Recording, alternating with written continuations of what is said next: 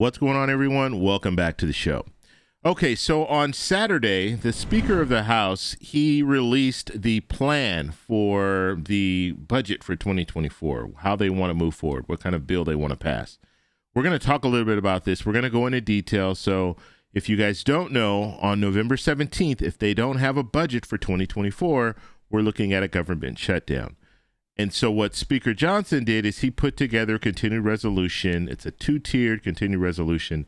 So we're going to take a look at that, and we'll talk a little bit about the reality. Will this pass the House? And if it passes the House, will it pass the Senate? So that's what we're going to focus on in this video. But first off, you guys can do me a favor. Please like the video, subscribe to the channel, hit that little bell notification, and then click all. By clicking all, you'll get notified anytime we post a video. We do daily videos here, so by clicking the bell notification and clicking all, you should be getting updated every day. And just a reminder, thank you for your support. I really appreciate it. And if you'd like to follow me on Twitter and Threads, you can at the TEC Show Live. Okay, so let's go ahead. First off, I have this little paragraph here that I want to read to you guys just to kind of show you where we are when it comes to this two-tiered system. And I got this information from CBS, and then CBS News, and I just kind of summarized it for us. So House Speaker Mike Johnson has proposed a unique two-step stopgap funding bill to prevent a partial government shutdown. This bill differs from traditional stopgap measures as it extends funding for certain government agencies and programs until January 19th, while others are funded until February 2nd. So this is, I don't know why you would need to do this. It doesn't really make much sense to me. Why not just do a continued resolution and just have it until February 2nd? Why do we have January 19th and then we have some that will go on to February 2nd? It doesn't make a lot of sense. I don't know what they're trying. I don't know what strategy. What are they trying to gain from this? You're doing a continued resolution regardless. So the only thing that I can think of is I think because they want to pass these appropriations bills, they want to make sure that those agencies are funded because they have the 12 appropriations bills they need to pass. They've only passed 7, so it gives them a little time to work on those others, I guess, but just continue everything to February 2nd. It doesn't make any sense. I don't understand what the reason for a two-tiered plan is. Okay, so here we go. Let's go ahead and continue. The plan, which excludes funding requested by President Biden for Israel, Ukraine, and the U.S.-Mexico border, aims to position House Republicans favorably in conservative battles and fiscal responsibility. Despite some GOP support, the bill faces criticism, particularly from the hardline conservatives. And so the hardline conservatives are talking about the Freedom Caucus there. This proposal comes after the government operated under last year's funding levels and a recent 47-day continued resolution following a leadership shakeup in the House. So we know all about that, so I don't have to go into all that. But basically, what they're saying here is they want to focus on this whole two-tiered system, okay? Now, what I want to do is I want to talk a little bit about this two-tiered system because it, like I said earlier, it doesn't make much sense. And so if we're looking at the two-tiered system here, so the first continued resolution would be until January 19th, and that's going to cover agriculture, military construction, energy, water, and transportation. And then the second continued resolution, or the two-tiered continued resolution, will go until February 2nd, and that is everything else. Okay, so that's the way they have it structured. Like I said, it doesn't make much sense to me. If you're going to do a continued resolution, just all agencies up until February 2nd. That makes sense. And that's what they'll probably end up doing anyway, because the two-tiered, I don't know why you're doing it. It doesn't make any sense to me. Now, there's good news, and the good news is at the very end. We'll talk about that. But there will be no funding for aid to Israel, Ukraine, or U.S. border security. So what Speaker Johnson wants to do is he wants to do standalone bills when it comes to funding for Israel, funding for Ukraine, and U.S. border funding. Okay, so 3 standalone bills is what he wants to do when it comes to this. Now, this is where he wants to do, and we already heard this as far as Israel's concerned, the aid for Israel, he wants to do a pay for.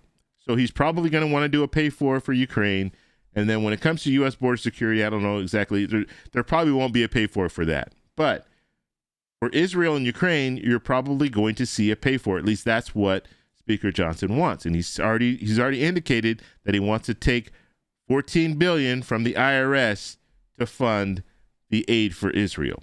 That's his plan. I don't think it's going to go anywhere, but that's his plan. Now, he can pass it in the House and it won't go anywhere in the Senate, but that's the way he wants to move forward.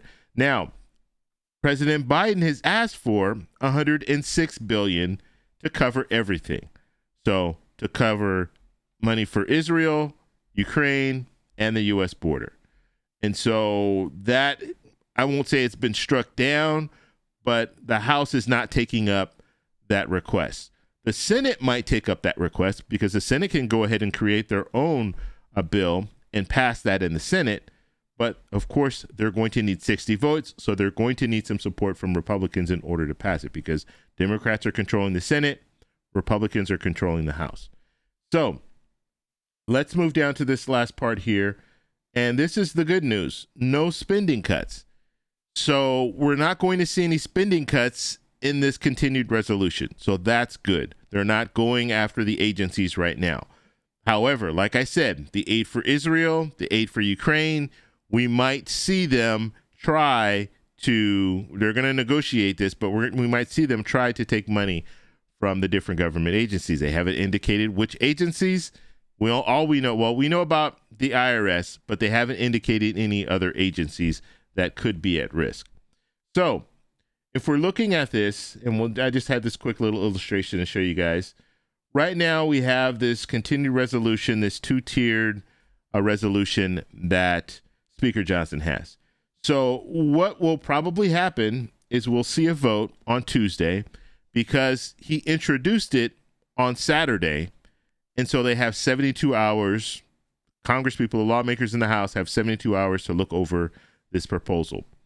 And then once they look it over, then they can go ahead and try to pass it.